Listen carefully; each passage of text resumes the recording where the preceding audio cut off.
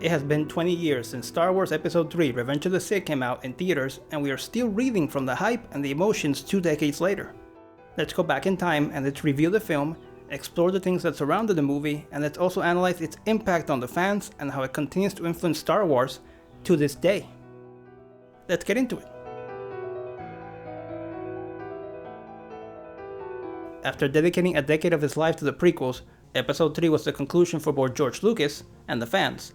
This movie wrapped up Anakin's journey into Darth Vader that started all the way back in the Phantom Menace in 1999. This movie was a big deal when it came out. We had a prequel movie every 3 years for 6 years.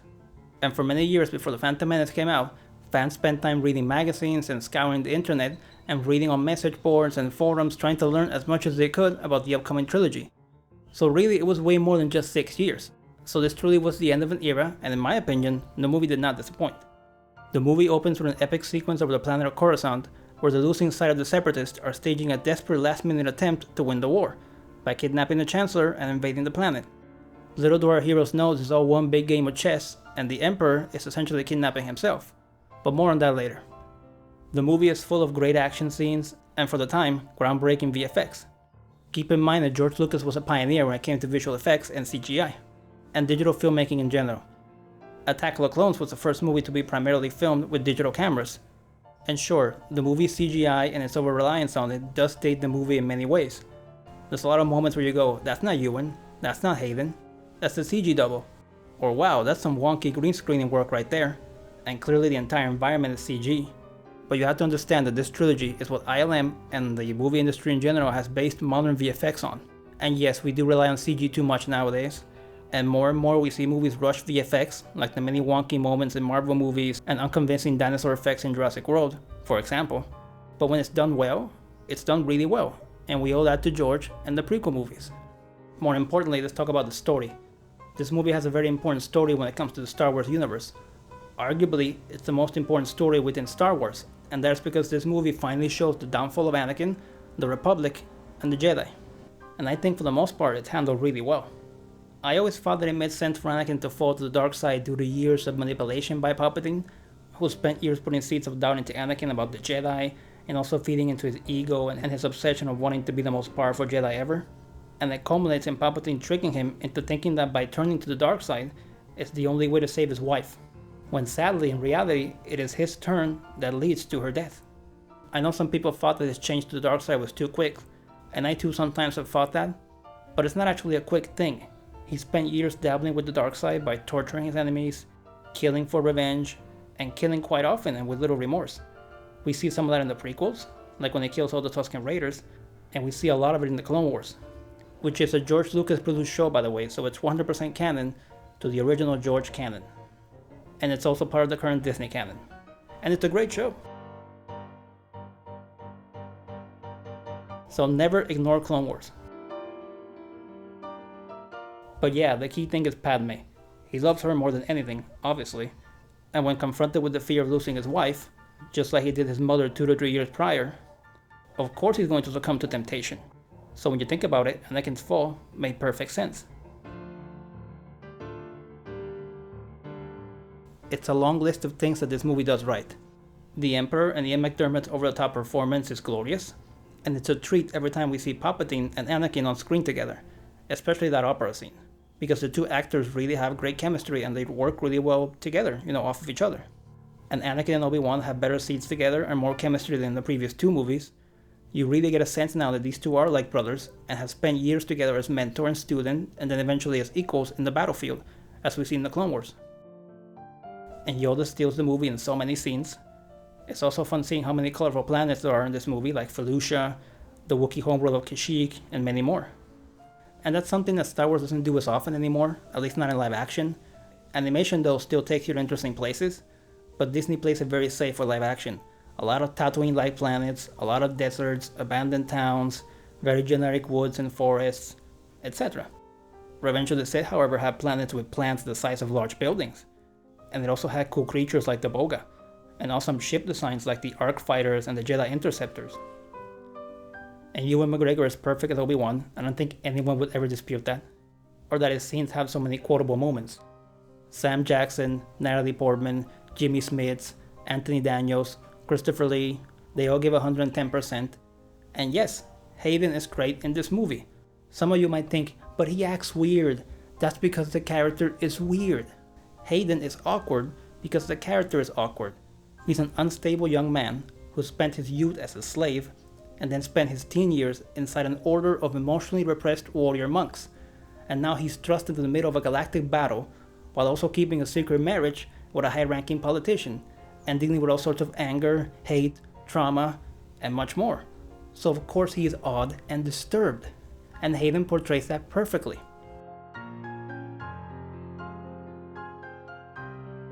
Is the movie perfect? No. Some of the dialogue really is wonky. Actually, a lot of the dialogue is wonky and unnatural, and as brilliant as all the actors are, some of those moments are hard to save. And Grievous was not as intimidating in the movie as it was in the Gendi Clone Wars shorts, and as I said earlier, plenty of the VFX have aged a lot.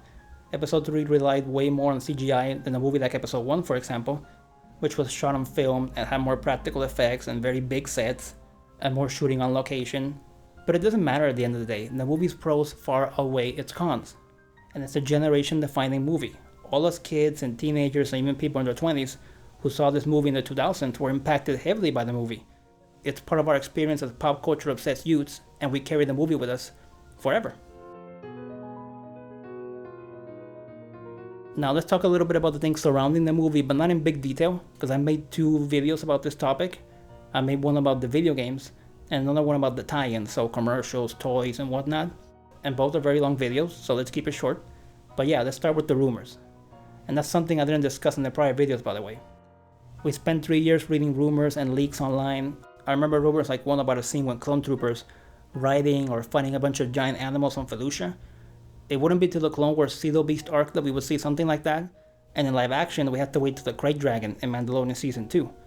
But I remember telling those rumors to my friends, who were not as glued to the internet as I was back then, and spoiler sites, because I was obsessed with all my interests back then. I spent unholy amounts of hours online reading and checking magazines, etc, etc. The clone scenario, I remember telling that to my friends during gym class, I think, if I remember correctly. We were in the baseball park at my school, and I remember flipping through the scrapbook at school and homeroom and in between classes with all my friends in the weeks leading up to the movie. And I remember the trailers and the TV ads, of course, including the main trailer that premiered on TV during an episode of the OC. I would always spoil the movies for myself, at least episodes 2 and 3. I remember reading that Padme dies from love, and getting a little mad because that sounded dumb. However, the more proper way to describe it as is that she died of sadness and hopelessness. I think it's still kind of dumb, but when you see it in the context of the movie, it works and it's okay, I guess. The tie-ins for this movie were out of this world. There were many multimedia campaigns that occurred to promote the movie, like the M&Ms Join the Dark Side campaign, and we had the Burger King toys. They had these big-headed figures, some with action features and some were plushes like Wicked and Chewie. I remember being at school and seeing my friend G messing around with his little Grievous figure at the library. And of course Hasbro had dozens and dozens of figures that year, something we don't see nowadays, and not just from Hasbro and Star Wars, I mean in general across the toy industry, in relation to new movies and shows. The toy industry is not what it used to be. The output was crazy, and there was even a contest to win a giant Naboo fighter and other cool prizes. Hasbro also had the Attacktix toy line / tabletop game. They had lightsabers, the voice-changing helmet, and much more. I remember going to Toys R Us several times with my brother and seeing all the toys on display, and I remember buying many Attacktix over several months. I actually bought more of those figurines than I did action figures for that movie, for whatever reason. And we got a bunch of Star Wars video games that year. As I said already, I covered this topic in its own video, so I'll be brief. And the short version is that we got a ton of great games that year. Star Wars Republic Commando, the first LEGO Star Wars game, the official tie-in game for both consoles and handhelds, Battlefront 2, a mobile game, plug-and-play games, and more. I'll never forget the many months I spent playing LEGO Star Wars, and the day that G, Troch, and I played Battlefront 2 at G's house, which was the day that the video game and the Episode 3 DVD came out. And let's not forget that 2 months before the movie, we got the second season of the Gendi Clone Wars micro shorts. And just like the first volume, it was a lot of fun. And it told a story that led right into the events of Episode 3. At this point, the story is Legends or EU material because George himself, with the help of Dave Filoni, would tell a more canonical version of the events between episode 2 and 3 within the Clone Wars CGI show. And by the way, were it not for the success and the existence of Revenge of the Sith and the prequels in general, we wouldn't have the Clone Wars, which is a series that improved the prequels in many ways and expanded on them in many ways. I'm going to go on a bit of a Clone Wars side note or tangent here for a moment, so stay with me. But to be clear, improving doesn't mean fixing. The prequels, despite their flaws, were a good, cohesive, and very creative trilogy. It never needed to be fixed, but I think it did improve in many ways, thanks to the Clone Wars. That's not me saying that the prequels are perfect, and it's fine if you don't like them. And you are free to think whatever you want. You can think that they suck. I don't care. It's no skin off my nose. But a lot of criticisms towards the prequels are coming from the wrong angles. And oftentimes these people don't understand Star Wars, or the lore, the characters, the universe, or George's vision, and the things that he's exploring and trying to say within these movies. So yeah, as far as I'm concerned, they never needed fixing, but they have their issues. And when it comes to some of the plot holes and lingering questions, Clone Wars did a pretty good job with improving some of those things, like explaining more about Sifo-Dyas, for example, and how Qui-Gon became a ghost, and also showing us that it was chips inside the clones' minds that led to them to comply to Order 66. The list goes on. Plenty of things were explained and expanded upon within the Clone Wars, but more importantly, Clone Wars did a really good job of fleshing out prequel characters that were very small within the movie. It made characters like Plo Koon and Kit Fisto into real three-dimensional characters. It revived Darth Maul and made him one of the most fleshed out and compelling villains in all of Star Wars, to the point that he's getting his own show now. And it took the main characters like Anakin and Obi Wan and Padme and fleshed them out even more, explored their dynamics better and their relationships in fun ways, and made us, the audience, care about them even more than what we did with just watching the movies. And it brought us new fan favorite characters like Rex and Ahsoka, for example. If you have never seen the Clone Wars, stop what you're doing, go to Disney Plus or some other place, and find a way to watch them. Please, watch it. First rewatch episodes 1 and 2 if you can, and then watch the Clone Wars in chronological order, not in air date order, and then rewatch Revenge of the Sith. And I assure you that you will see episode 3 in a new way, and you will be even more moved by the movie and like it even more after watching the Clone Wars.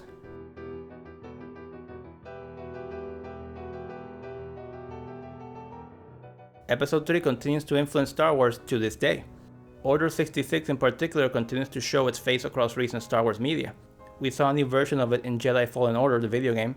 We also saw it again several times in The Mandalorian, including in Season 3, in that awesome sequence where we saw the Naboo soldiers fighting clone troopers while Grogu and Keller and Beck made their escape. We also saw it in the Obi Wan show, and in the first episode of The Bad Batch, which featured a young Kanan from Rebels and his master Depa Billaba from Phantom Menace. And the prequels in general continue to influence Star Wars. Battle droids, clones, the Jedi Temple, Naboo fighters, and much more continue showing up. And many words like Sith and Coruscant were not said on screen till Phantom Menace, and now we hear it all the time. Many movies and shows, like The Bad Batch and The Clone Wars, would not exist were it not for the prequels. And there are some shows and movies that might still exist without them, but would be very different and not as good, like Rebels, for example. The prequels were very important when it comes to adding lore and enhancing the Star Wars universe, and the canon would not be the same without them. These movies are here to stay, and I'm very happy that's the case.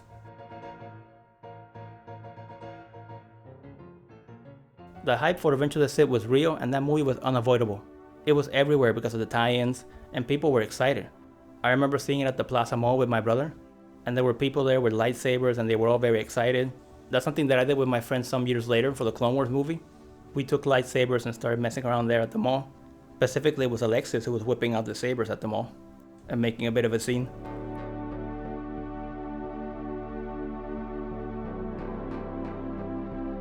But yeah, episode 3 was a fun experience in 2005. And when it came out, it became the best reviewed of the 3 prequel movies. And more often than not, it tends to be most fans' favorite of the 3. My personal favorite is the first one, because the hype and the lead up to that movie was the biggest of the 3. It was astronomical.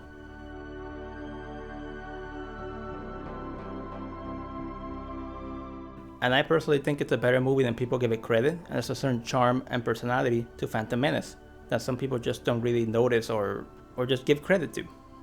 I also love Attack of the Clones, but I think it's the most flawed of the 3 movies. So yeah, episode 3 was definitely the best of the prequels, even though it's not personally my favorite. but for the record, my favorite Star Wars movie from the whole saga is still Return of the Jedi. But when it comes to the prequel trilogy, Revenge is, objectively speaking, the best of the three. It's an emotional and intense movie with lots of action, a good story, and important lore and world building.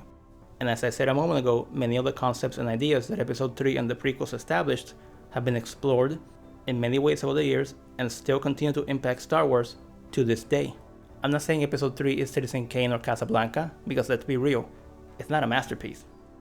But this movie is a very good movie, and if you were around and saw it when it came out, then you know just how special that movie was and everything surrounding the movie. And that year is very nostalgic for me in general. There's a lot of memories and people and events attached to that movie. And I will remember 2005, 9th grade, 10th grade, and of course, Revenge of the Sith and all those memories forever.